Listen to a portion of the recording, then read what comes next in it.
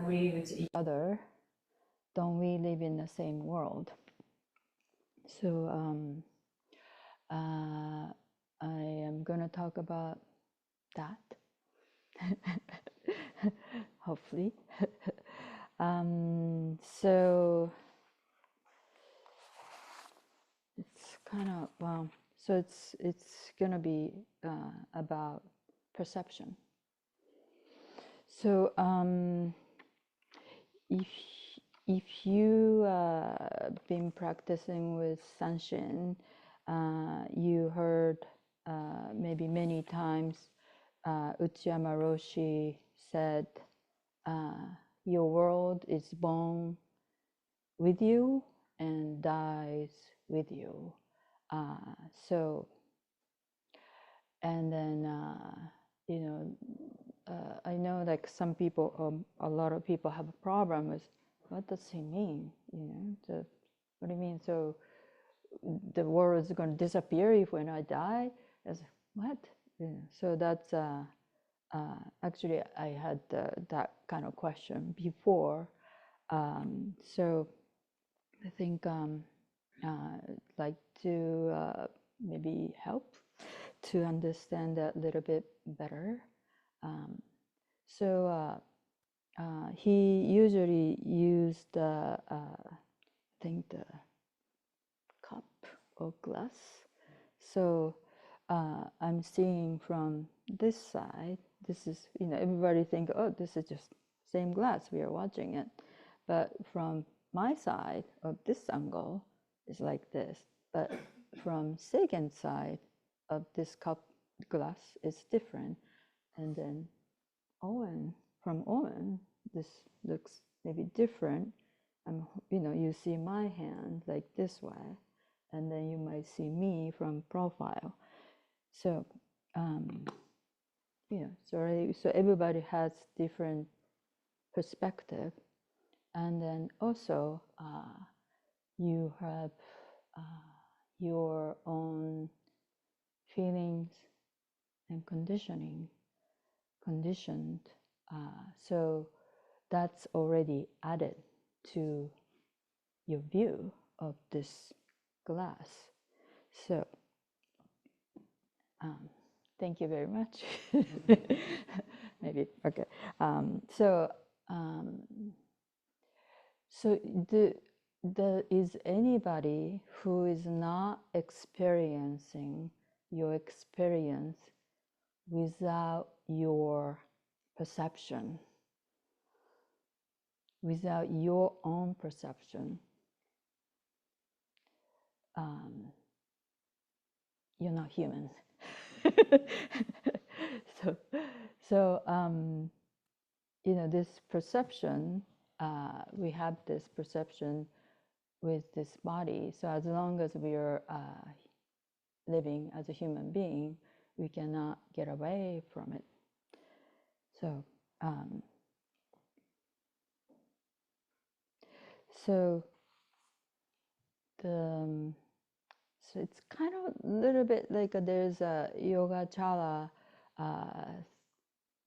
theory, this idea of, you know, the developed, I don't know what time is it, but anyway, so that's idea is like you're seeing your consciousness only. You only can experience your experience with your consciousness only.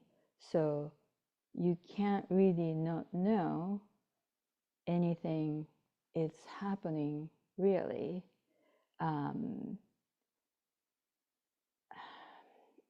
For real.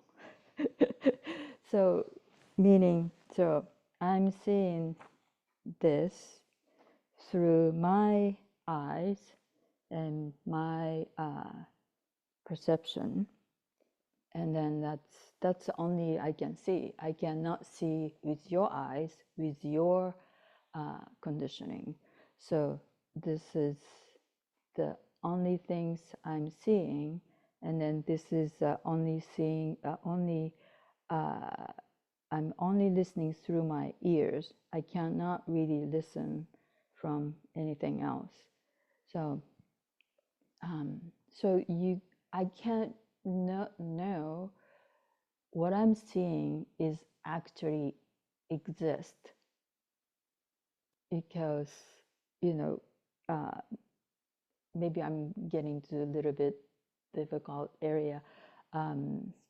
Sort of like I have my sense of eye senses, and then where I interpreting what I see with my eye,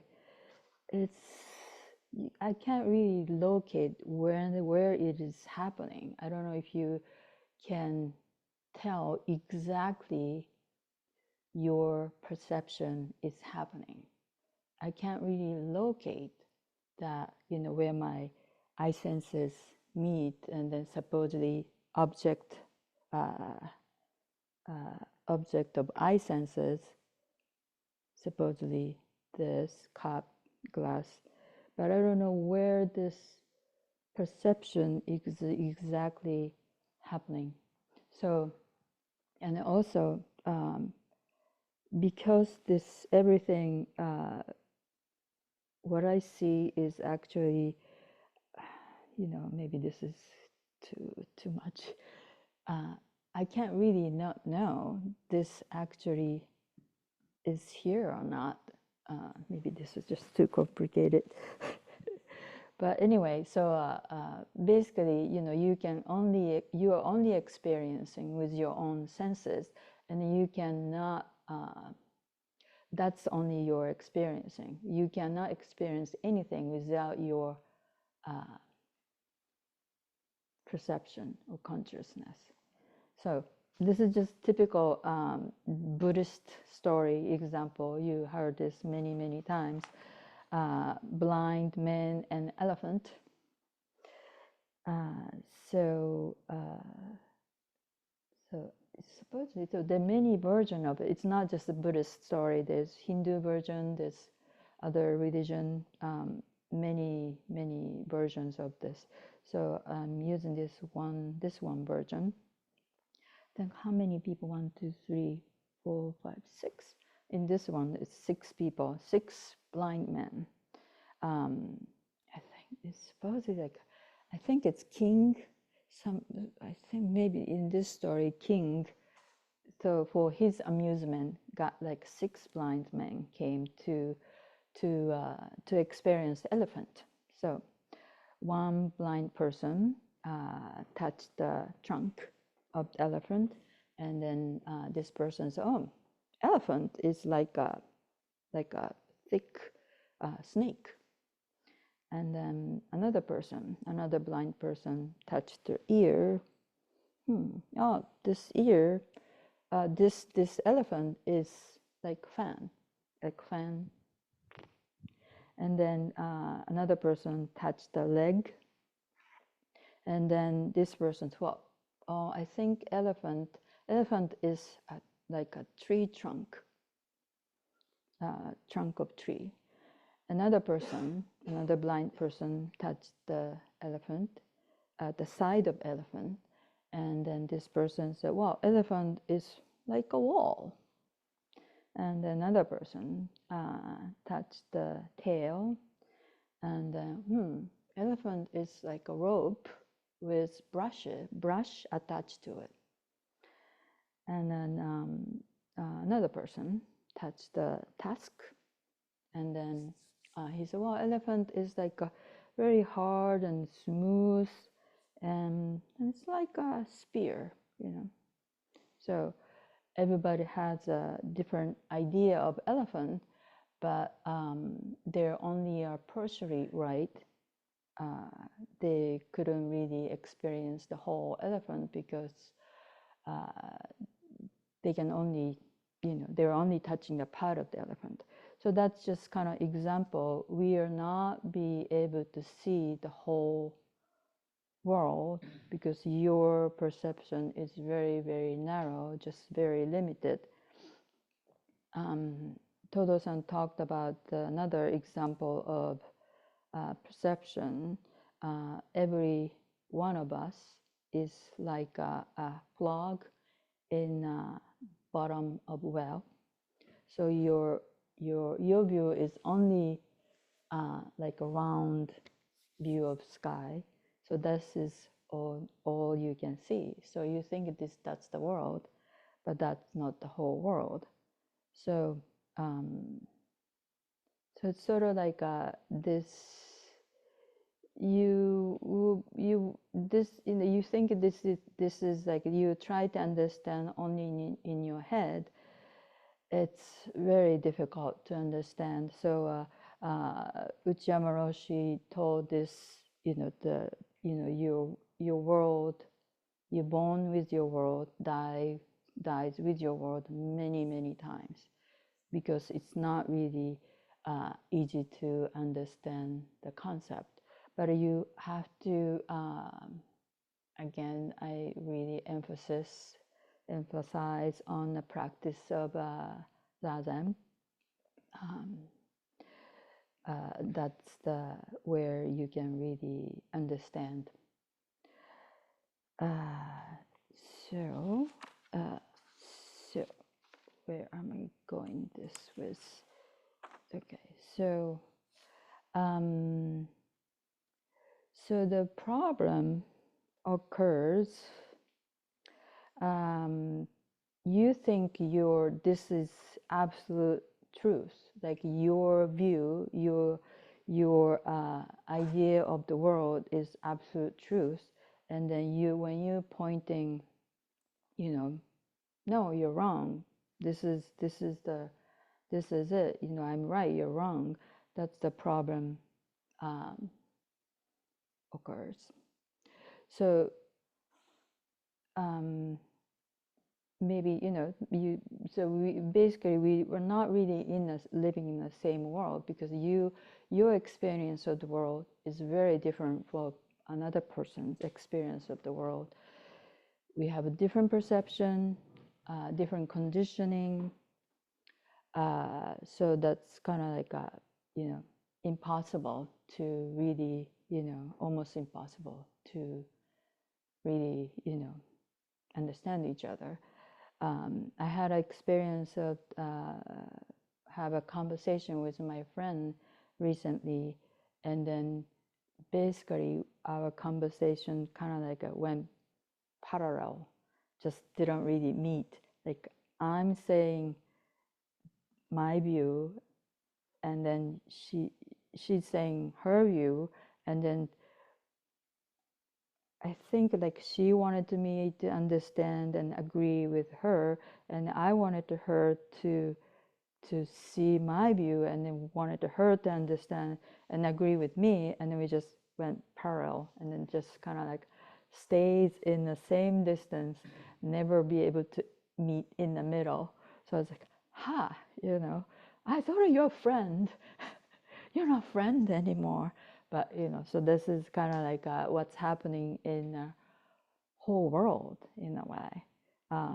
So Buddha explained the kind of source of this polarity in the world. It's happening because our clinging to 4 different categories. So one is sense pleasure. That's probably easy to understand. So we think, oh, this is beautiful. But for other people, another person, this is not a beautiful. You experience, maybe you lived with another person in your house, or maybe your roommate. So I lived with Sawyer and Isan in the dormitory, 3-person apartment, 3 rooms, and then there was AC, and then so Isan liked really cold. So, and then we were like, oh my God, this is so cold, I'm shivering. So we turn it up, but then eventually Isan will come down and turn it down. So like in the evening, I had to have like lots of blankets, like, So even just, like a very basic, like cold and hot, you're living in a totally different world, you know. So it's same room, same temperature, but you feel completely different. You know, you're maybe from very hot, you know, the Caribbean island. Actually, my friend Anne Marie is from Caribbean island, and then you know we lived in New York, and New York gets really hot, like 108 degrees or something, and then some people die. But she didn't need AC. She was like, just hot, you know, that's fine, you know. But so her body is able to tolerate hot temperature, but I was like, I was feeling dizzy, you know, I was so dehydrated and was getting migraine headache. So, you know, it to her, it's fine, you know, but it was not fine for me. So I had to get an AC, and then, you know, so that's just kind of simple. The thing, like we're different with sense, how we experiencing senses, the world of sense. Like yesterday, I went to Sawyer's parents' house for a little gathering, and then so we had like a dal, like bean stew, and then Sawyer's recipe doesn't have any salt. So we were like, give me salt, give me salt. So, you know, and then some people say, this is good. I can taste, you know, beans. I can taste carrots, you know. But, and then I made the dessert, and then I like to be like a less sweet, you know, not American sweet. It's just too sweet for me. So, but Soya's mom likes sweet, so she added sugar. So, you know, everybody experiences it differently. You know, there's no really, you can't really say there's a standard. And then, so another one is convention. So if you, there's a conventions of this world, this society, you know, right, wrong, you know, right clothing, like, you know, laws and regulations. So I experienced like, so I've been to like how many, 1, 2, 3, 4, 5, 6, maybe 7 different temple. I mean, probably more, but it's, you know, just let's say Zen temple, you know, like maybe 7 of them in America, and they're all different. So, you know, so I learned this way in New York temple. And then when I came to Indiana, no, you're wrong. No, we don't do that way. We don't do this way. Okay, you know, so I would, in New York, we have more people. So when we do service, one person does the bell, one person does the mokugyo, another person does the chanting. And then, you know, so we have 3 people doing the service. But here, all 3 things you have to do by yourself. It's like bell, mokugyo, and the chanting. And then, so it's like, wow, you know, so completely different. And then I went to Tassajara, again, 3-person, you know, different job. And then there was another job, you know, different job. And then, you know, so everywhere I go, I have to sort of drop what I learned before and then completely adapt it to the way they were doing there. Otherwise, I will suffer. You know, oh, this is not the way. This is not the right way. But there's no really like an absolute right and wrong, not even just a Zen world, you know. So every temple has slightly different way of doing it, and then or a big difference. So everywhere I go, I had to learn from the beginning. Okay, this is the way should be here, and then I will learn wholeheartedly that way. So otherwise, I'm going to suffer. You know, if I'm always like, oh, this shouldn't be this way. This is the right way. I know the right way. I mean, that's what I was doing, you know, before. But you know, more you experience the different places, you were able to, you know, understand. Maybe, you know, if you've been to like a different countries, you know, they do completely differently, and then oh, okay, wow, you know, so you'll be surprised. There's I just heard the stories of some tribe in Africa. Is it Africa? Maybe it wasn't Africa. So they don't really recognize the no, they don't really name the color the way we do. So the red, you know, we will see red, but we call it red, but they call it like a kind of like old. They say old blood. That's you know, we when we see red, they said this is old blood color, and then we see red. We say red, and then there's no name for greens.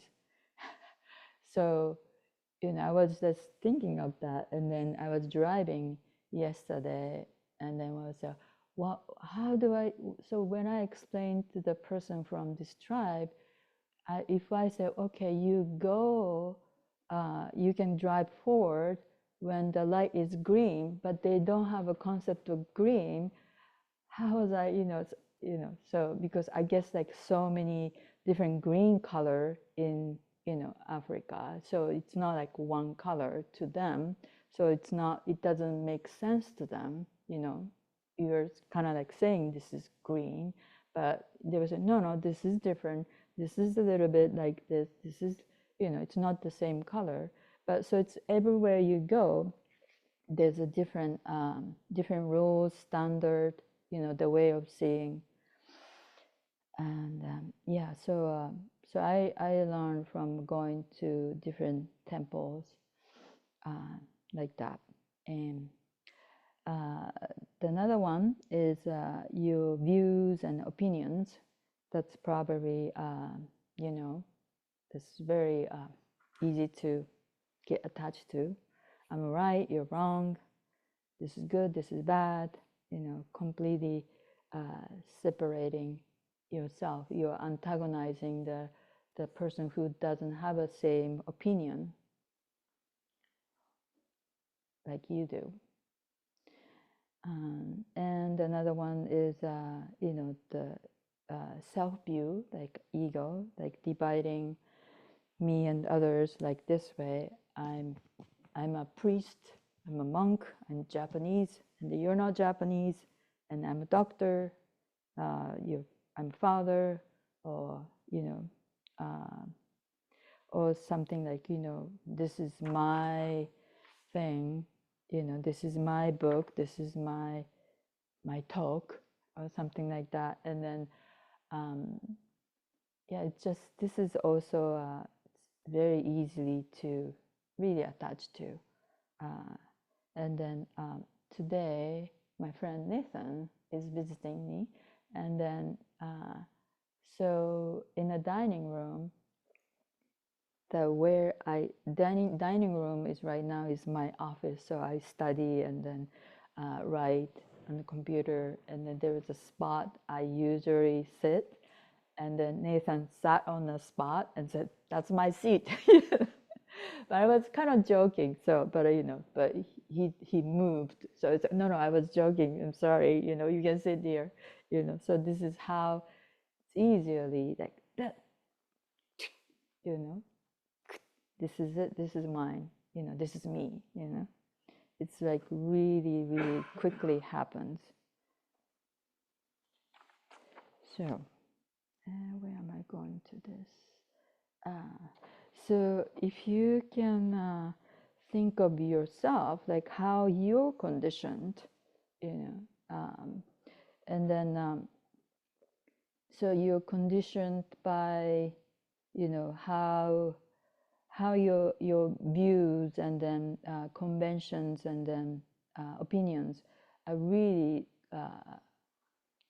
influenced, conditioned by society. I'm kind of nervous about Hoko is the, it feels like her, uh, her hands kind of like going like this. It's like, it's like, oh no, she's okay. So this is my view. I interpret immediately. Oh, she's questioning my, So then I get nervous. So this is how I view, and I'm conditioned that way. So she might be thinking about her lunch. You don't know. So this is how we make a story right away. Then you get suffer. Anyway, so conditioned by society, your family, your country, your culture. When you're born to your particular family and particular country, particular society, and then from the very, very beginning, you are very influenced by, oh, you're this, you're cute, you're beautiful, or like you're ugly, or oh, you should be, use a chopstick like this way, or it's like, oh, no, you cannot drink water that way, or you should wash your dishes this way, or all kinds of conditioning is happening without you not knowing, uh, so my parents' perception. So you think you're very unique, but I, ask you to question how unique you are about yourself. So you think this is me, my conditioning, but actually that might be from basically your parents' perceptions. So my parents, my experience of my life. So my parents' perception is very conditioned by how they experience their life. When they were a young child, I think a teen or preteen, 10 years, 9 years old, or like 11, 12, 13, they experienced the World War II in Japan. So they experienced the starvation. So they didn't have things to eat. And then they're also like experienced like fire bombing, when as a child. I think this is what I heard, but now I feel like, is this really happened? Did I really hear this? But anyway, so I think this is what I heard. So my mother was young, and then when the fire bombing happened in Kobe, Kobe is like a city next to Osaka. My my my grandmother or grandfather carried her on their back and then running away from the fire bombing, but it's kind of like a crazy, like, you don't know where the fire bombing is going to be next, but you just have to run from the fire existing. So it's really fearful, scary situation. So I think that's what my mother experienced on the back of her parents, either father or mother. I think it was mother, grandmother. But my mother was, still, child, so she thought, oh, it's pretty, it's a fireworks, her view of the fire bombing was fireworks. And then, my grandparents' mind was, my God, we're gonna have to run to live, so it's very different perspective. And then when I was growing up, I was told you have to eat more. You have to eat more. I was very skinny. It's hard to imagine maybe, but very skinny. And when I was a child, and then that scared my parents. So, people would think we're not feeding you. So you have to eat more. You have to eat more. So, but you know, I was, you know, we're the three sisters. I was in the middle, so we're big eaters. But they're, you know, my parents still wanted us to eat more, so we can get bigger or fatter. But so like my you know, my parents told me, like my mother told me, because they when they didn't have enough food when they're growing up, they only had rice, and then they said they put mayonnaise or butter in the rice, and that's the only meal they had. And they were like, you know, it's terrible. We only had the rice and butter, and that's all we eat, or the rice and mayonnaise, that's all we eat. And then as a kid, that's great. You know? That's like really great meal for me. You know? I would like to have that. You know? So it's a kind of like opposite effect to me. It's like, oh yeah, yeah, can I just have butter and then rice instead of all these different kind of, you know, stuff, you know? So and then also, like, you know, my parents always told me like, oh, you have to finish, you know, whatever you have on your plate, you know, do not waste any single, you know, food in your plate. You know, they were like furious. You know, if I leave anything, just no, you have to finish, you have to finish. And I'm like, I'm really full, you know. But they're trying to guilt us to eat more and saying, think of the children in, you know, this third world country. They don't really have a food, so you should be grateful and eat this food. You have to finish. And well, can we just give the food to them? You know, it's like I don't really see the logic. I'm eating this food will help them more, you know. So anyway, so that's how my parents are conditioned about food, and then actually everything, because they experienced the sense of lack, like everything was burned down and they lost everything. So the attachment to object, or I mean, food was one thing. Food, we had like 2 fridge full of food, completely full.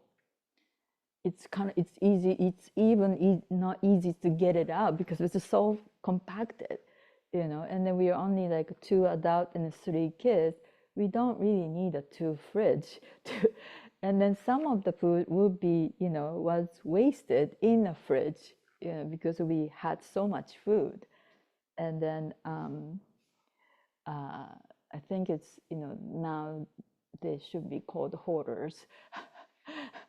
And then so, you know, we are using like we usually, you know, when we go to weddings, you get like a beautiful gift, you know, participation gift, and you get nice china or like beautiful cut glasses from, you know, like artist. It's very expensive, you know, china, you know, the pottery or glass for, you know, gift. But my parents didn't want to, you know, never use that. You know, the box was kept untouched in the storage, and then they used like you know, the sake cup. You know, sake cup is like a, you know, 1 cup glass. You know, so they just use the drink sake, and then you use the glass to as a glass. You know, so as a kid, like, wait, there's a really good glasses in China in the storage. Why can't we just use them? No, no, no, no. These are for you know, when you get married. We're saving them for the, you know, your marriage. But 3 of our daughters, I mean the sisters, never got married. So that's irony. Anyway, so I'm explaining this how you're conditioned. You know, by society, you know, or country, or your parents. So I'm very conditioned about food. So I'm very attached to food, and I'm very attached to object, and I'm holding things without not knowing this is I inherited, you know. So I was really surprised when I had a meal with my boyfriend one day, and then you know, I was still young, like maybe fresh out of college, and then when we have a big meal, and then we made too much food, so I couldn't finish it, but I kept eating because I was conditioned, I had to finish. And then my boyfriend said, "Oh, you don't have to eat everything, you can just stop." I said, "Really? Is that okay?" You know, so it's like really, really deep, you know. So you don't know how you're conditioned by your parents, by your society or your country. You until you you have to see that's not the, you know, whole truth. That's not absolute truth. That's not the, you know, the one standard fits everything. So you might want to start questioning that. So conditioning is not a problem, but you know, the attachment, you know, clinging to, you know, this is should be the way.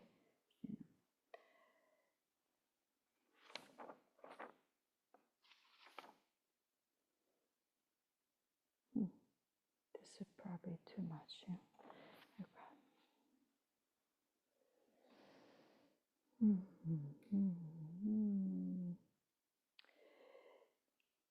Yeah. Where should I go with this?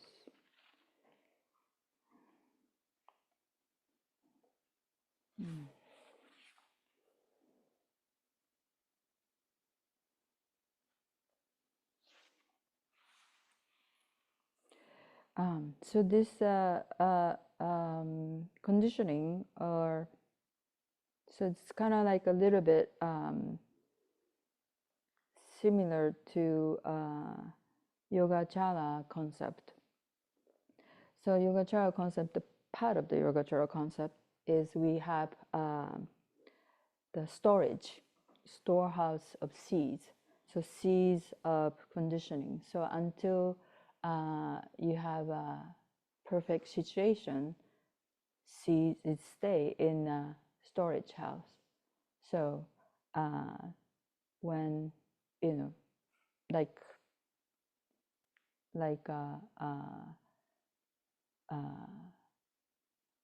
when I'm talking to my friend, and then my friend started to questioning my view and opinions, and then I get my seed would be sprouted, like, ooh, you know, it's like, you know, you're questioning me, and so you don't know what kind of like a seeds you have. Sometimes like you had experience of like you know, you might have surprised by your own reaction, like something happens, you know, you see something, or somebody said something to you, and then boom, something, you know, triggers, and then it's, oh wow, you know, and then you have this like a reaction, but you didn't know, wow, I'm reacting this way.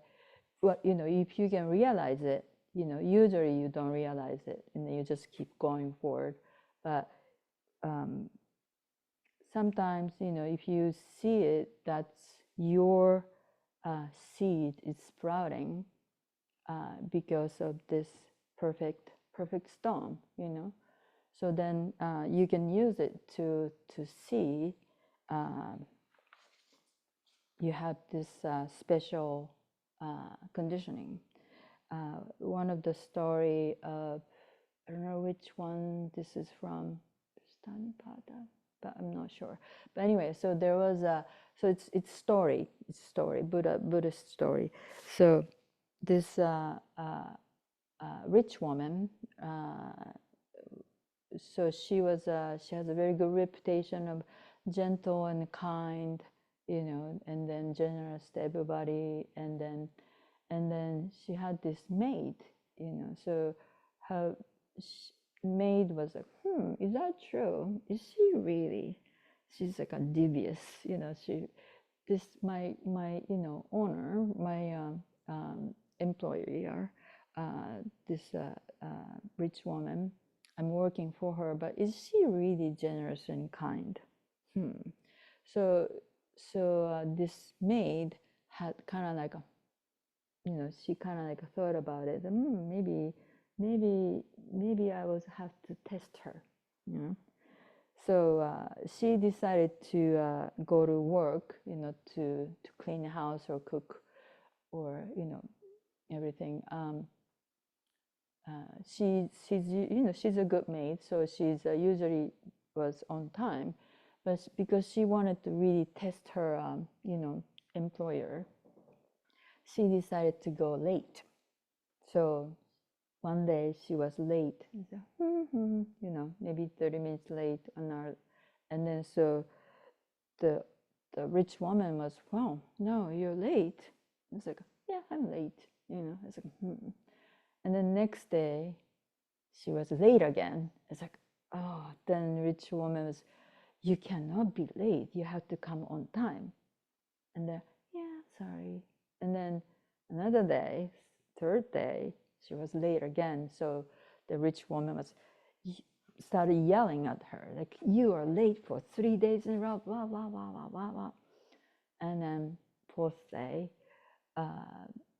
she was late again. And the employer was so angry, she hit the maid. It's like, and then so the maid was, haha, you know, you know, I caught you, you know. So even though you think you're like, you know, peaceful, generous, kind woman, but there was seed in you to, you know, explore. So that was the one of the example. You know, you never know until you have a perfect conditioning, perfect situation. You might have something in your seeds, in your storage, you know, for the seeds to sprout, and then you have all these reactions. So where am I going to? So when we are divided to, you know, to polarity, we were like, you know, we are our practice to see from like a bigger picture. So if you notice you're clinging to your own opinion, that's like noticing it, realizing it, it's just first step. And then if you're holding on to it, you know, clinging to it, but you know, it's holding your opinions or views are not a problem. If you're like attached to it, that's the problem. So the you first you realize, oh, I'm really holding on to my view too tightly, and then you can sort of like, you know, step back a little bit and then see, well, maybe this is not the only, you know, absolute truth. You know, can I see from the other side? You know, my friend who's saying differently. You know, so you don't really have to agree with that person. You can be polite and kind and respectful and clear and sincere. So you can appreciate, you know, different point of view and sharing. And so it's a very interesting perspective. You know, thank you for sharing. And yeah, that gives me a different perspective. Yeah. So yeah, thank you. You know, so you don't really have to go farther than that. So my experience of a little bit of politics, I don't really know politics, so I can't really say much. But like at one point, like one day, I was like, oh, this person is really, he's not gonna, he's not gonna win. He's totally wrong. But then I was surprised. Oh, he won. Okay, what? Oh, wow, he won. Okay, what? Why? Why did he win? It's like, wait a second. So I think it's curiosity is kind of key to make your life a little bit easier. So I became curious about who bought this person. So I did, what do you do? Internet research. So I went to the internet research and then, find out who these people who were boarding this person. And then, there's many story of, the people who bought this person. And then it's like, wow. Their experience was kind of like, oh, we've been neglected for many years, but this person, this used to be the candidate person, came to my town. Nobody came, no politician came to our town before, and then our school was, completely like a deteriorated, and then there's a holes, and there was no, school children was suffering, but no politician came. But this person came, and this person said, we're going to help you. I'm going to help you. I will give you some money to this town, and then you're going to be okay. So, and then, oh, wow, you really care about us, So that really changed their view of this person. And then, so many stories like that. We're like, we're like on the verge of, suicide, nobody cares, feels like no politician cares about us. But this person came and said,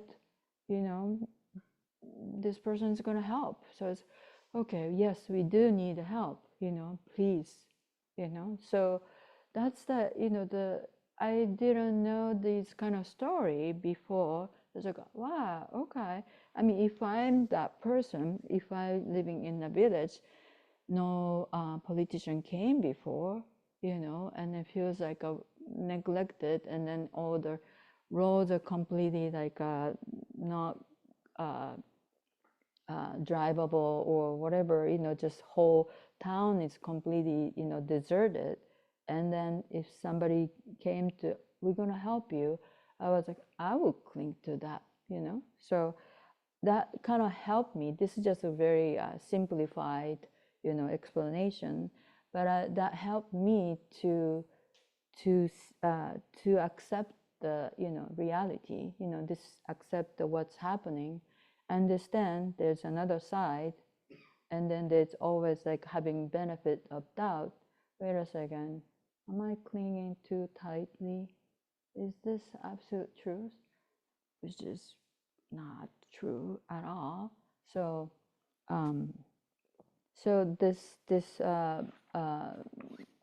the our way is not clinging to one side, not clinging to the other side, not clinging to your perception, but also not clinging to the so-called emptiness, not clinging to the one, or like, oh, everything is good, all one. We have to hold two together, and then so it's sort of like inclusive. So we are not really detached from what's happening. We can be totally engaged, but not like caught in the one side or the other. And then you can be just hands-on, but also letting go of your personal, right, wrong. So this is kind of example of that. But you can only understand it like when you maybe only it's maybe the word. Maybe I'm clinging too much, zazen. So zazen is really good practice. I think it's a really good practice.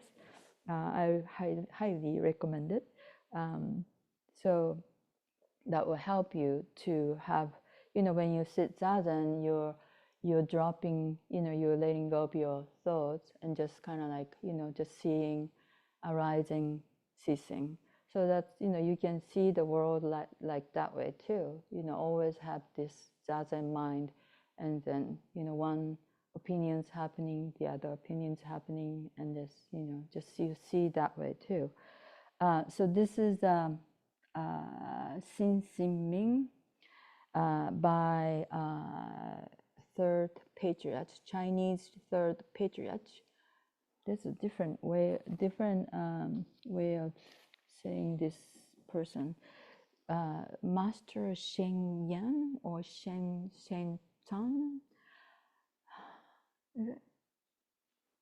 Anyway, okay. So Xin Jinming or Xin Jinmei in English is on believing in mind or faith in mind. So this is the D.T. Suzuki's translation. So just this is it's a long poem, so I can't really read all of them, but just read part of it. The perfect way knows no difficulties except that it refuses to make preferences. Only when freed from hate and love, it reveals itself fully and without disguise. A tenth of an inch difference, and heaven and earth are set apart. If you wish to see it before your own eyes, have no fixed thoughts either for or against it.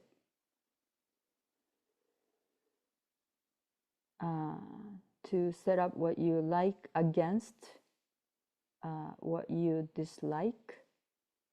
To set up what you like against what you dislike. This is the disease of the mind. Pursue not the outer entanglements, dwell not in the inner world, inner void. So that's sort of like the dwell in emptiness or pursuing the individual, the ideas and be serene in the oneness of things. So you see the whole thing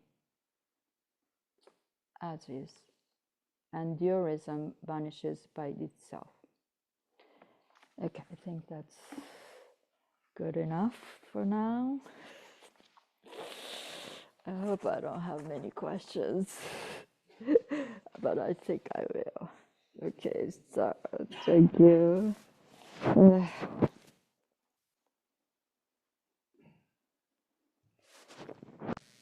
Are there any questions in the room? So you're describing how you've been conditioned to have like some sort of a maybe compulsive or maybe very rigid kind of perfectionistic relationship with food, and you're able to have this like kind of aha moment where like well maybe there's a different kind of way to relate with food, which is wonderful. That sounds very relieving for you. I'm glad. What I'm thinking is that some people, and I think in fact most people, in fact probably everybody to some degree, they're conditioned to be rigid about everything, rigid about their conditioning, like to defy and maybe even be in disbelief about what you're saying, that like what my experience is, what I think is true, isn't the absolute truth. Like some people just completely disavow that. So I'm wondering what you think about how to start kind of cracking that egg a little bit with people who, or with anybody who's like kind of unwilling to have that curiosity or Yeah. flexibility or open-mindedness about Right. Well, their so, condition. yeah, thank you, Owen. So this is really good point.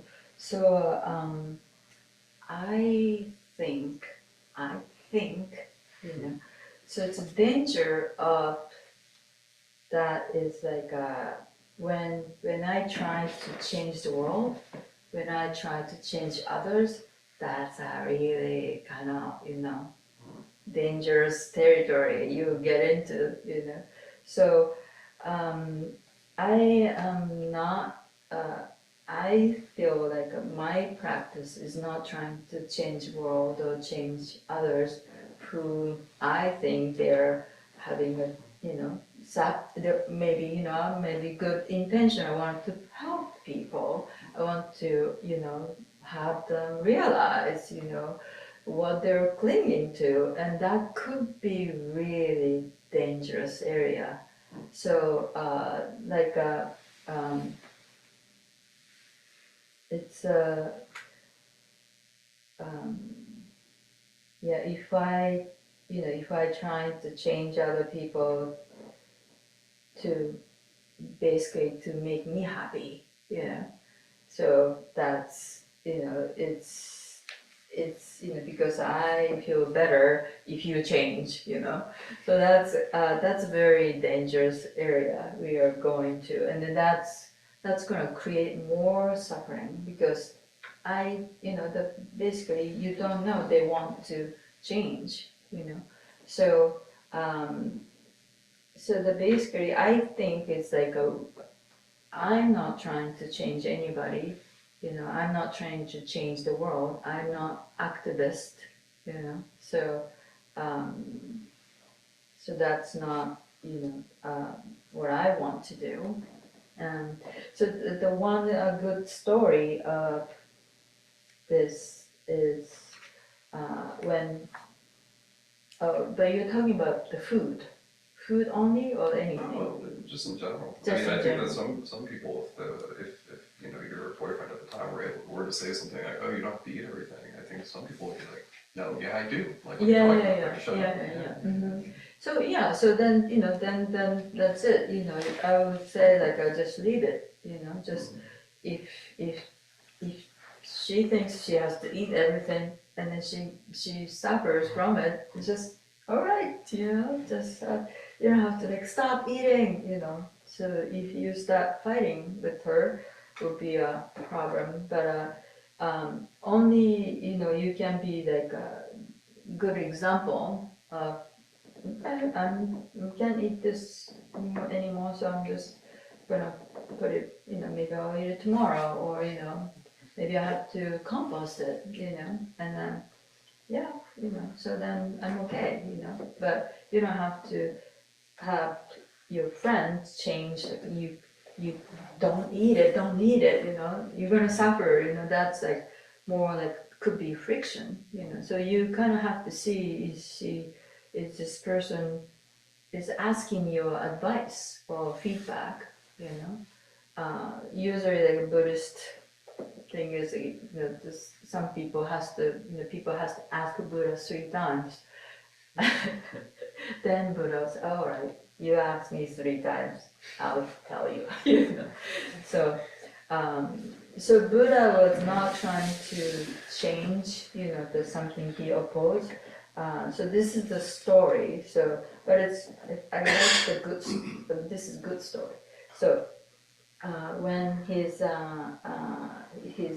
family, Shakya clan, was about to attack, so I think Buddha knows, I think his cousin was, he was angry at Buddha's family, and then so the cousin was also the prince of another next country, so he brought like a army to destroy Shakya clan. But then Buddha heard it and said, okay. So he went to sit on the path of the army.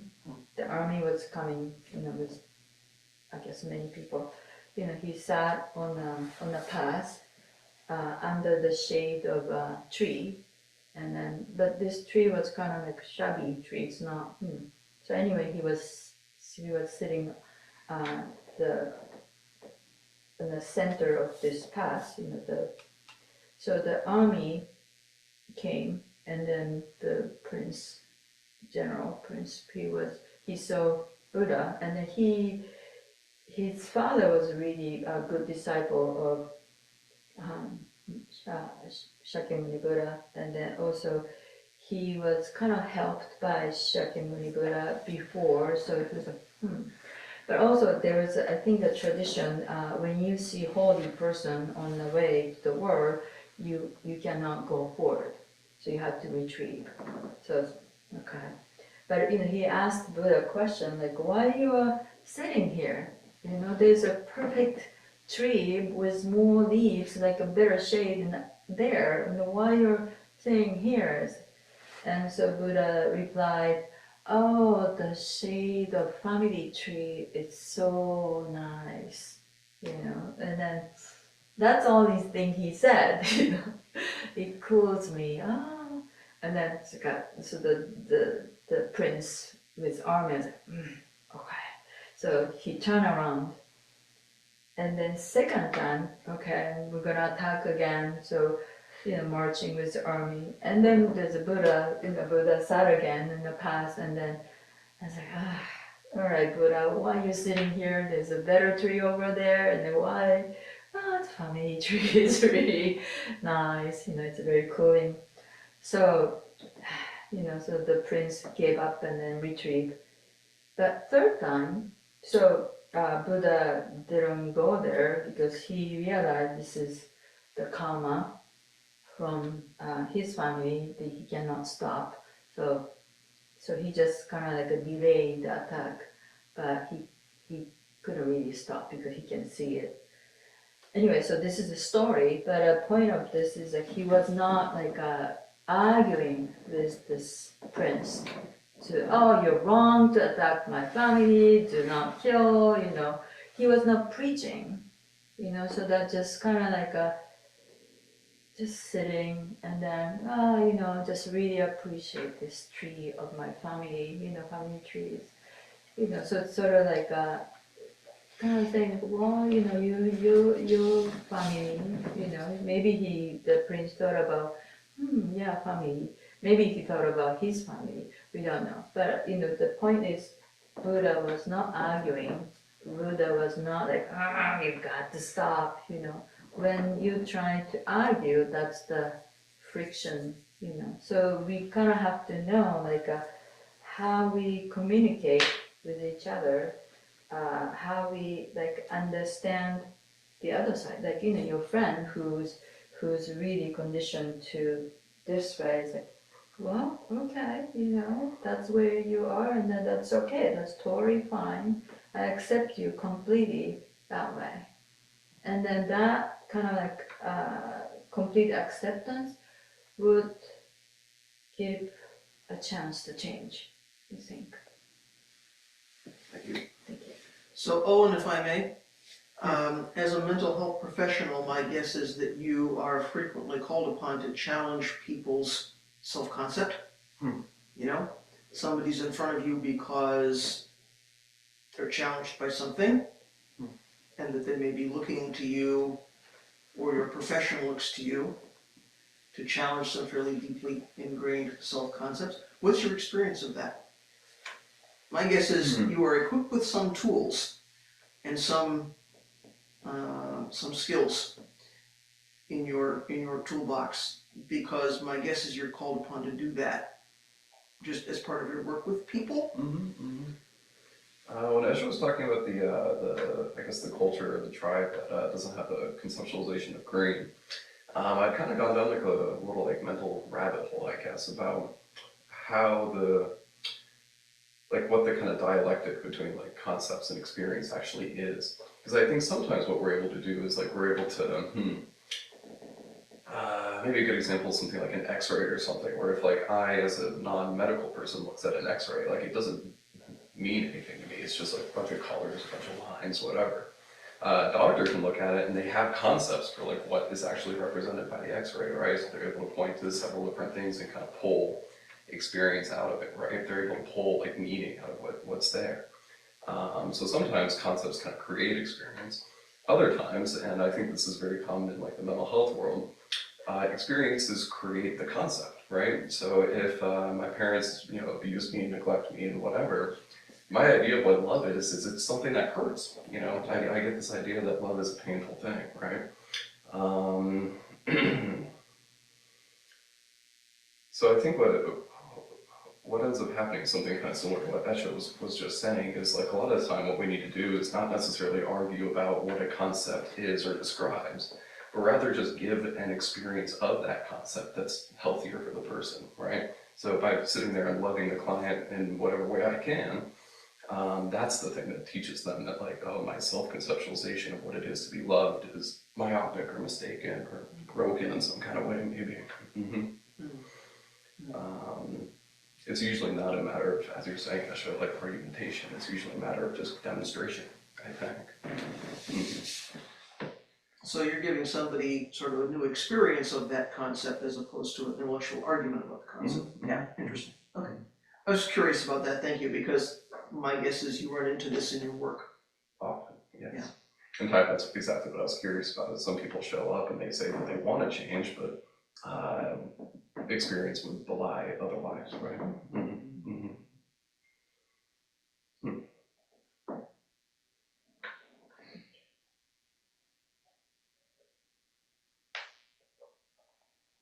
Anyone else? Shall we move to online? Anybody online would like to ask a question, have a comment?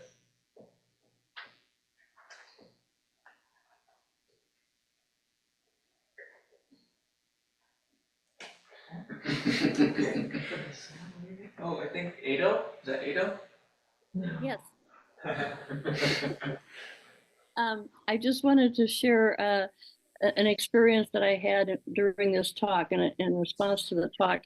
And what I learned from it will probably seem obvious, but sometimes we know something and then we know it more deeply. And what it was about is, for some reason, I got into noticing how I try to put people.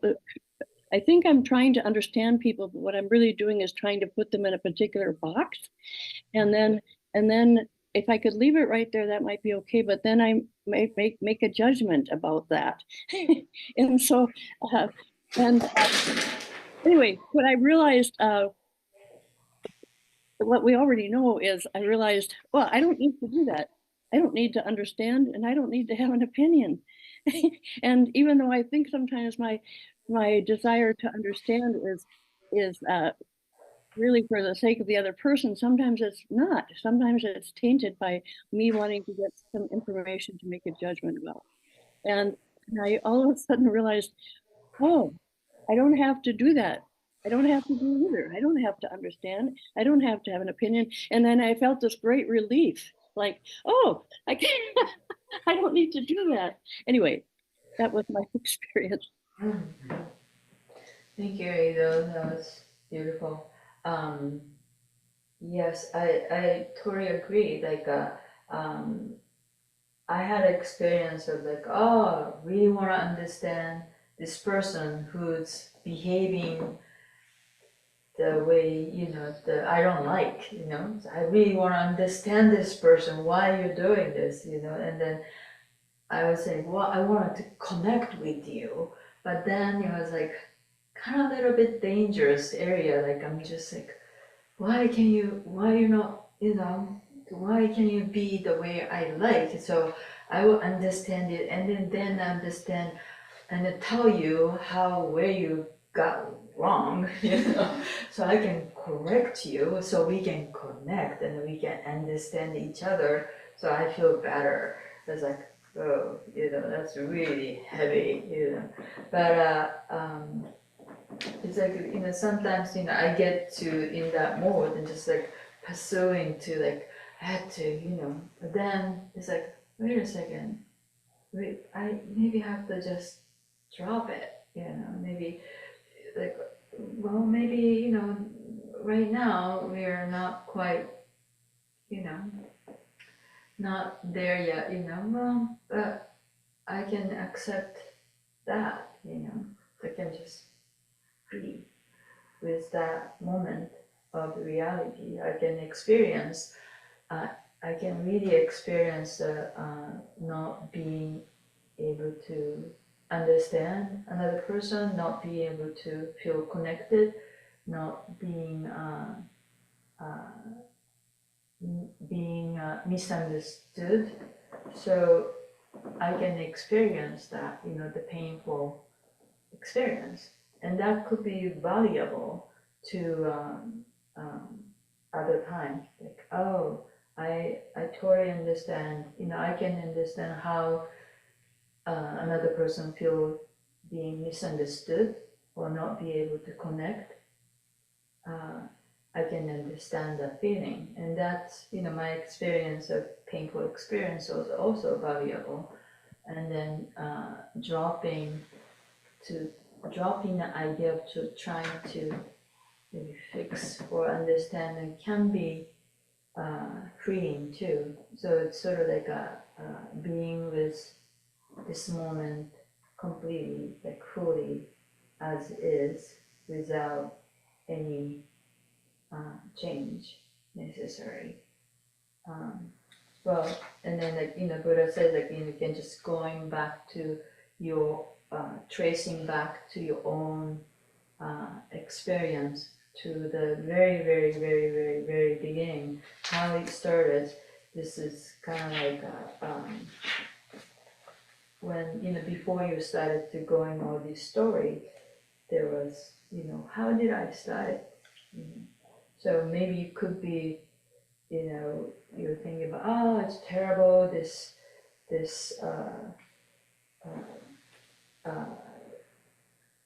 so, you know, so like in the maybe very, very beginning, it's just sense of like hearing a bird chirping, and then, oh, this bird, you know, the sound of bird, but then, oh, this bird is on the verge of extinction, and then, oh, and then this, you know, the company is logging the woods, and then that's terrible, and how could you stop that, and blah, blah, blah. So it's just going down a hill. But in the beginning, there was only senses, only hearing, only seeing, only touching, only smelling, only tasting. So if you can just going back to the origin, and then, oh, it was just hearing, the heard. But how I went down the hill of the judging and criticizing, it was completely unnecessary. And that caused me suffering and didn't really help anything. Anyway, thank you very much. Maybe let me append something, Hoko. It's not a question to for Hoko. you. To maybe use kind of more language that we use here.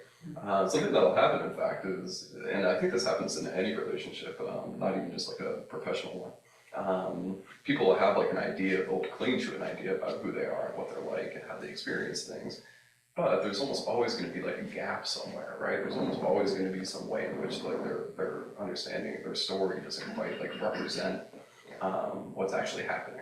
So in the example I was using earlier, someone who thinks love hurts, they're, you know, complaining about, I don't know, bad day at work or whatever, and I say something that for whatever reason is very like reassuring for them, very like kind of penetrates through the pain to some extent. This is an example that they might not notice of them no longer clinging to this idea of love hurts. You know, I'm able to be there for them, give them reassurance, they actually feel better in some kind of way. So something that's very important is to point out the moments where they're not clinging, right? Point out the moments where actually they're holding both sides, as you were saying, Esho, yeah. Mm-hmm. Well, if we look at how Buddha talked people through their thinking process, you know, Kalama Sutta, he talks those people through their sort of perception of teachings and reality, and he keeps pointing them back to their own wisdom. You know, is this true for you? Yes, no. Therefore, is this true for you? Yes, no. So in a certain kind of way, it's an intellectual exercise because it's very much about clear thinking. You know, but we can't do clear thinking if we're not also taking into account what am I feeling in the body and what's my brain doing and lots of things, right? So it sounds like you may have moments with people where you can say, you know, when the person's conclusion is love is always painful, why do you think that's true? And I'm saying, I'm sure you've been trained to do these things far better than I. You know, why do you think that's true? Can we point out the moment where they're going, you know, I'm projecting something onto this moment, or maybe there was a time where that wasn't true for me, or, you know, as you say, sort of point out the gap where someone can let go of this very deeply held perception, right? So my guess is that some of the work you do with folks is to loosen the grip of that a little bit. You may have more than one way to do that, of course, depending on who's in front of you and what the circumstances are. You know, is there a point where that is not true for you? Okay. Now, of course, the challenge for us is when we start to open the hand around some of those very deeply held perceptions, we face annihilation. It's a scary thing. It can be more comforting to hold on to something which is not working because it's the known quantity than it is to open our hands and say, there's another way to perceive this world. And it's something I don't know, and that makes it scary. So it's, of course, much more complicated than simply saying, you know, when is that true for you, when is that true for you? There's so much else going on. So my perceptions, you know, I've created a self-image out of my own perceptions about these five skandhas and what these five skandhas experience, but then I'm clinging to those perceptions in multiple ways. So we know this is why this practice is a lifelong practice. It's why we keep doing zazen and peeling that onion. Because intellectually I may say, I want to let go of this perception that love hurts because intellectually I know it's not true. But as soon as I open my hand around that, it changes all my relationships. And now who am I?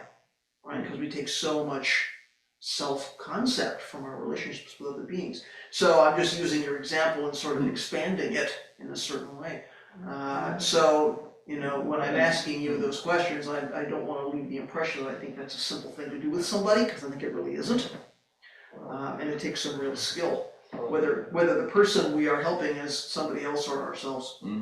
Well, I made a quip to Brad yesterday, who's also a mental health person, about, you know, sometimes when doing therapy, I feel more like a mystic than a professional. And I can imagine that you're a better mystic than I, Hoko. So, you know, don't be disparaging yourself. But I mean, you often talk about the container that we create here for session or for, you know, any, you know, ceremony or practice that we're doing.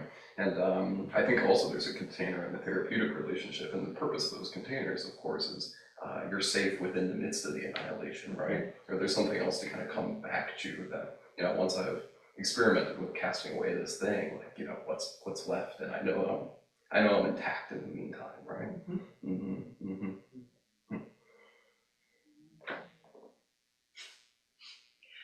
Well, thanks, Esho.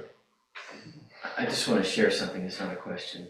I had a beautiful experience. This has kind of developed over the last few years, but I play music with a group of friends once a week, and one of the friends is a guy who could not be any more opposite from me. Our opinions, our political position, everything, demeanor, everything. And at first, I really struggled with this guy. He's always saying these inappropriate things, and he likes to take shots at people. That's just, you know. And I decided just to accept him the way that he is, try to be his friend. You know, like sometimes I give him shots back and he can earn respect that way, but at the same time, do it in a gentle way, not a bitter way, right? And then one time we had the opportunity to do a little short road trip, about 4 hours together. And of course, when you do that, you get the life story, right? And I find that we're exactly the same. It just came out differently for us. I reacted differently to some of the very same things and some of the things he went through were much worse than things that I went through. So now I'm finding I have not just empathy for him, but also my acceptance of him is almost like I'm accepting me and all my defects and everything too. And so it's been a very positive thing in my life to say, I can hang out with this guy, that we couldn't talk politics for 5 seconds without, you know, some kind of major disagreement. But we just agree, like when he says things, I just say, okay, yeah, that's cool. but just accepting him the way that he is and loving him because we are the same. I mean, we are the same. Thank you. It's a beautiful story. Shall we wrap it up? Do you want to wrap it up?